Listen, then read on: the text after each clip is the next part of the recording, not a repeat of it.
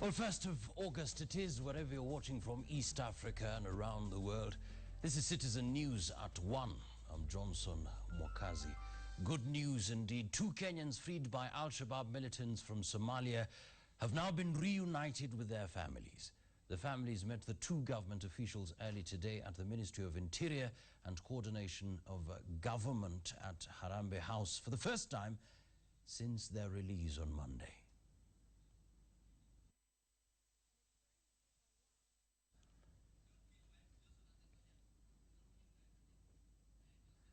Of course, Edward Yese Mule, who was a district officer in Border Division, and Frederick Irungu Wainaina, a registrar of persons in Wajir South District, were freed after spending a year and a half in captivity. The officers were handed over to their families by Interior Cabinet Secretary Joseph Olelenku.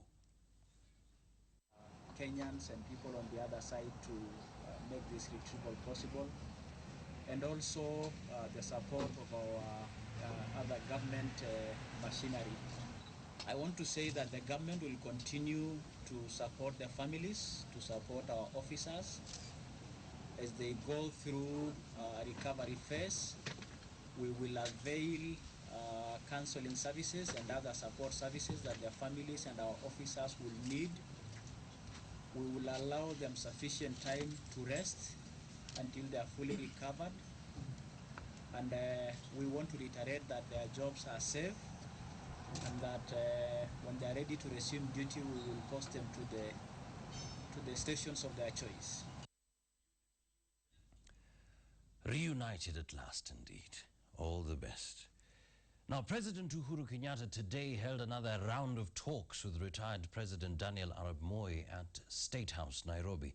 The meeting that focused on regional peace initiatives comes on the backdrop of the 6th Extraordinary Summit of Heads of State and Government on the International Conference of the Great Lakes region held yesterday in Nairobi.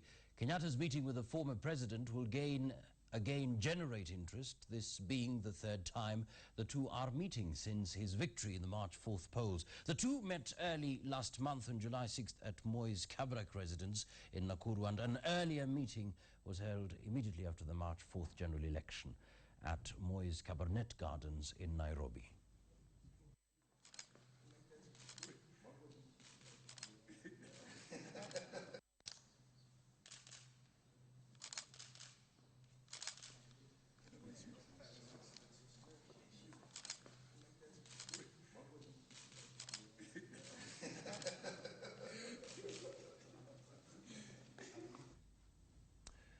Now, hundreds of traders operating the diplomatic duty shops at the Jomo Kenyatta International Airport are counting losses after the Kenya Airports Authority ejected the premises. The shops are owned by businessman come televangelist Kamlesh Patni. The Airports Authority insists that Patni's lease expired yesterday and it was under no obligation to extend it. Of course, we'll be giving you details of that particular report. Francis Gashuri has prepared that, but we're going to make it interactive, and we're asking you, do you support the move by Kenya Airports Authority to take over duty-free shops at the JKIA?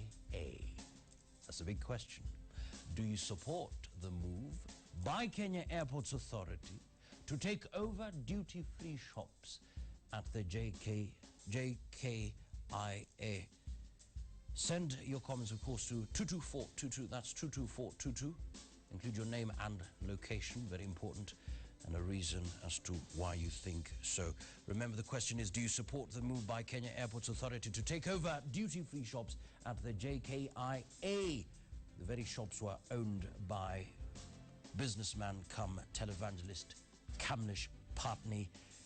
And of course, the Airports Authority insists that Patni's lease expired yesterday, and so they are under no obligation to extend it. And that is why they're taking over those shops. So what do you think? Send your comments, 22422. All right, so just to give you the details of that particular story, hundreds of traders operating the diplomatic duty shops at the Jomo Kenyatta International Airport are counting losses after the Kenya Airports Authority ejected the premises. The shops are owned by businessman come televangelist Kamlesh Patni. The airport's authority insists that Patni's lease expired yesterday and it was under no obligation to extend it. Francis Gashuri tells us more now. The aftermath of the late-night events at the Jomo Kenyatta International Airport. Traders operating 7 diplomatic duty-free shops that had been leased to Patni were forced to make frantic efforts to save their wares, with some lamenting that looters had taken advantage to walk away with their valuables. We were given 30 minutes to clear. After we cleared, then they started demolishing. And then here we are, jobless, hungry, we haven't slept, we don't know where you go tomorrow. Now who is supposed to help us now? We want to know, where do they want us to go? We are more than 300 people here. And that is family of how many people? How many people are going to suffer because of this? More than 2,000. That is plus our family, plus our mates, plus everything. Where are we going to go?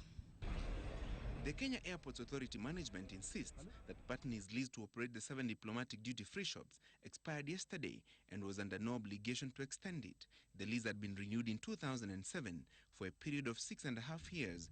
The controversial businessman has had a long, protracted contest for the control of the multi-billion shillings duty-free shops. We have shops at Mombasa, they are destroying them right now. We have shops at Wilson, they are doing the same. Who is behind all this? This was uncalled for. This is very, very unfair. Someone needs to give us an answer, no matter how little I am. So maybe I'm a nobody here, but I need to know what will happen to me. Though Kenya Airports Authority insists that Patni had been notified 6 months ago that his lease was ending, the affected traders denied knowledge of the notice and accused the Airports Authority of acting in bad faith. By this one, there's even no rumors about our eviction. Patni has insisted that he had secured a court order to bar KAA from evicting him from the airport. However, the KAA management maintains that it was not served with the court order. Sources within KAA indicates that Patni's diplomatic duty-free shops occupied 70% of the space allocated to the duty-free shops in the airport. The source disclosed that KAA declined to renew Patni's lease since the space was required for the expansion of Terminals 1 and 2 at the airport to ease congestion and separate departing and arriving passengers. Francis Gashuri, Citizen at 1. All right, so that's the story, and we want to make it interactive. We're asking you, do you support the move by Kenya Airports Authority to take over duty-free shops at the JKIA? Of course, you've seen those clips there where people are actually complaining their shops have been destroyed. Do you support the move by Kenya Airports Authority to take over duty-free shops at the JKIA? Send your comments to 22422. That's 22422. Include your name and location. I'll be glad to sample some of them. Well, already some of them are coming in. Sir Nixon Dugire from Kindaruma says, no, that will be the beginning of unending scandals. Charles says, yes, there is no other way to deal with sly people like Patni in pursuit of the truth. Okay. Peter from Umoja says, and I do support that idea. Another one, Lawrence Wahome from Machakos County, you say yes to avoid exploitation by unscrupulous individuals. And then somebody says, so unfortunate though for the common mwananchi.